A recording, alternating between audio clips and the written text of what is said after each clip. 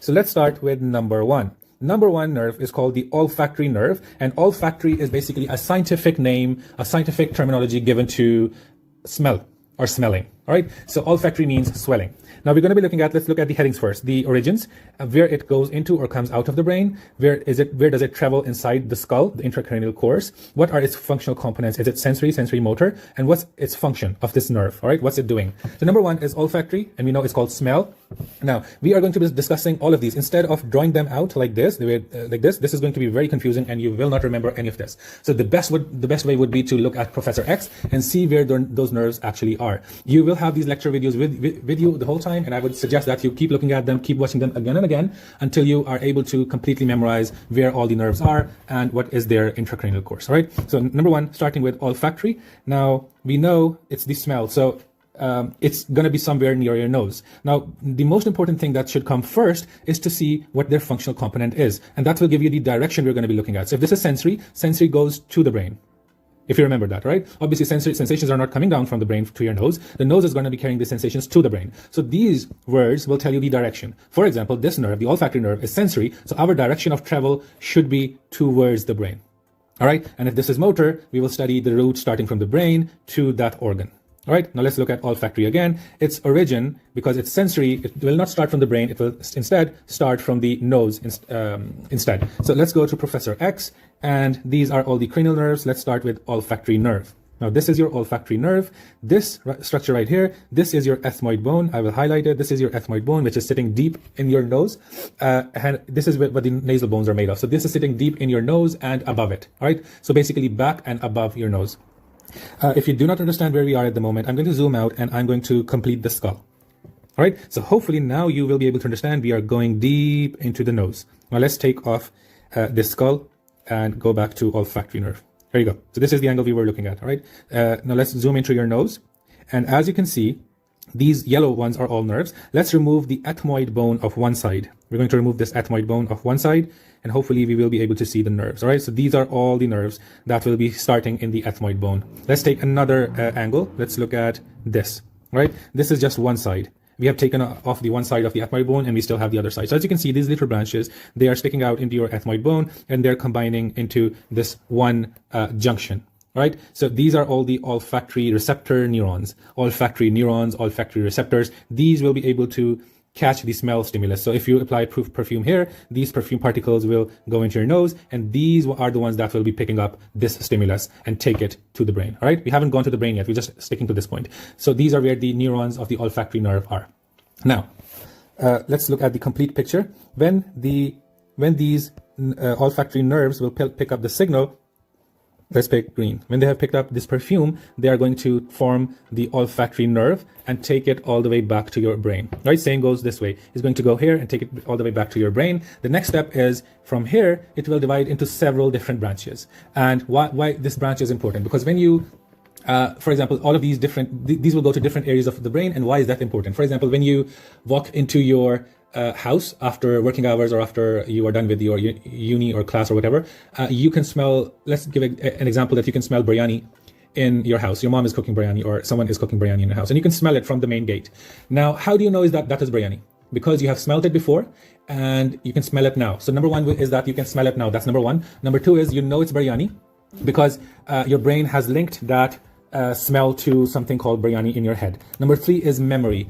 You know from memory that this is biryani, and you know what it looks like, and automatically your brain starts thinking of picturing biryani and the chicken and the potatoes and everything. So all of these different areas in the brain, for example, the memory, the behavior, maybe the brain, thinking of biryani will make you happy and lift your mood. Maybe you had a bad day in college, and when you go home, you smell biryani, it makes you happy, right? So all of these different areas, for example, let's give you an example. This was the memory area, this is the happiness area, this is your smell area, this is your behavior area. So this olfactory nerve now needs to go to all of these different sections, and then one single thought will be formed about biryani, based on smell, based on memory, based on behavior, based on emotions, everything that you know about biryani, all right? So this is the reason for these branches. And what are the main areas it goes to? So I will sum those main areas into two names. So number one, it will go to the primary olfactory cortex. It's located in the sensory area. And the other is the limbic system, which we just discussed and understood that it's related to memory and behavior and emotions, things like that, right? So one branch will go to the primary olfactory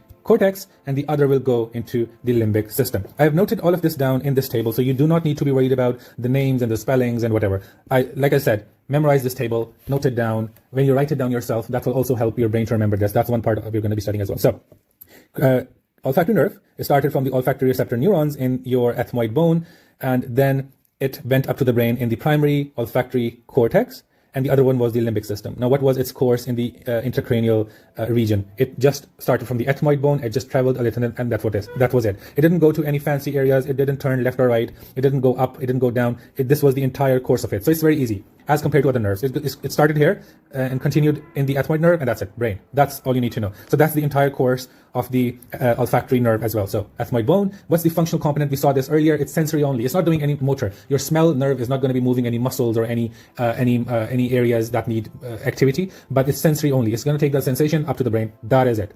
And we saw what's its function? Smell. So just like that, we're done with the olfactory nerve, where it starts, where it ends, what's its course, what's its functional components? It's sensory only, and then functions are smell. Just like that, you are done. So this is going to be easy. Number 2 is optic nerve. Now, optic, you already know from your daily life. Optic means related to vision. All right. So before we go down the starting, ending point, and the course, let's look at what's its functional components. It's sensory only. It's going to take the sensations about whatever you're looking at. For example, at the moment, you're looking at these black letters, you're looking at this yellow color, you're looking at these rainbow patterns. So your eyes are picking these sensations and taking them to the brain. Now, the brain is not doing any motor activity in response to this. So this is not motor, right? This is sensory only. Your eyes don't move the rest of your face, or your visual sensations don't move your cheeks. So they're sensory only. And what's their function?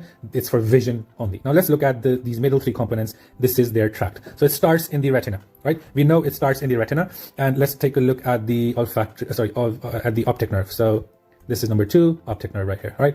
So it's going to start, this is the optic nerve, the big fat yellow one, and it's starting in the retina. Retina, as you know, let's get the correct angle. Retina, as you know, is the backmost layer of the eye where all the receptors are present. So this is your entire retina. That's it. There's other structures in front, but this is your entire retina with these little receptors, and they're going to be picking up all these light signals, whatever you're looking at, and carry that in the optic nerve, right? Now let's look at the optic nerve. The optic nerve is going to start from the back of the eye and enter the skull from these little holes, these holes in the skull, these ones right here, and these are called the optic canal, right? So this is the optic canal, and this is just to take the just for the entrance of the optic nerve, right? So optic nerve, when it enters the brain, now let's look at it from the back so we have a better angle, is the same nerve, but it can have different names depending on the area. So number 1, let's pick this color. So this is optic nerve, and this is optic nerve, and they come and join here. All right, they join here, and then they divide again to either side. Now, this part is called optic nerve. They're all starting with the word optic, all right? This is optic nerve. When they join together, it's called optic chiasm. All right, these are the names you need to understand. And then when it starts to divide again to either side, it's called optic tract. You already know what a tract is, all right? So it's the same nerve coming from the eyes all the way down back to the brain, but it had a little junction in the middle. Let's draw it more clearly now. So this is optic nerve. It's coming all the way here. It has entered the skull now. After entering from both sides, they joined together, and that was the optic chiasm, all right? And after the optic chiasm, they divided again to go back into the different centers of the brain, and these branches will be called optic tract. Now, where are they going in the brain? They are going into this fat structure we have already studied before, is the thalamus. Remember how all the tracts were going into the thalamus, and then the thalamus took it to the rest of the brain? So this is like the main station where every tract had to come. So this optic tract is also going to thalamus.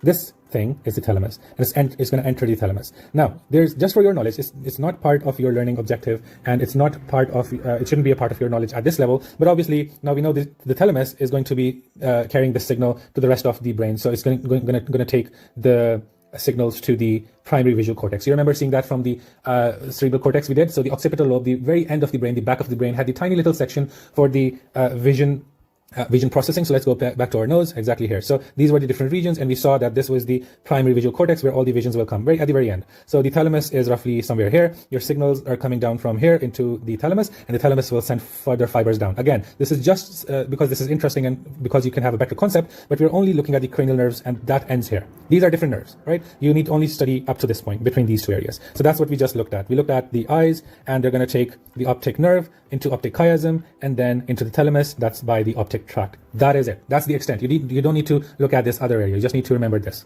Let's look at our table again.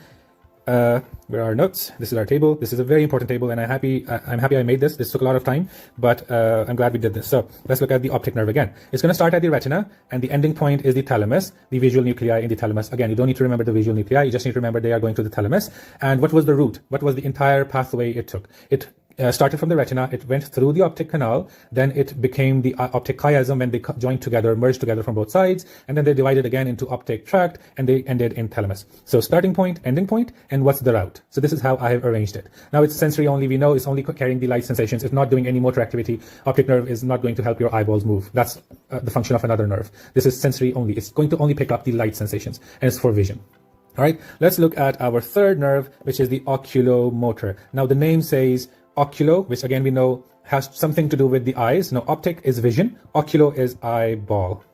So this is how you will easily remember. Optic is vision, nothing to do with the muscles, nothing to do with the eyeball itself, and oculomotor is the eye, and the name says it's going to be motor. All right, so let's look at the rest of the table. Let's look at the starting point, or do you want to just look at the at Professor X first? So let's look at Professor X first, and we're going to be tracing oculomotor nerve. Let's look at the starting point of oculomotor nerve. So this is oculomotor.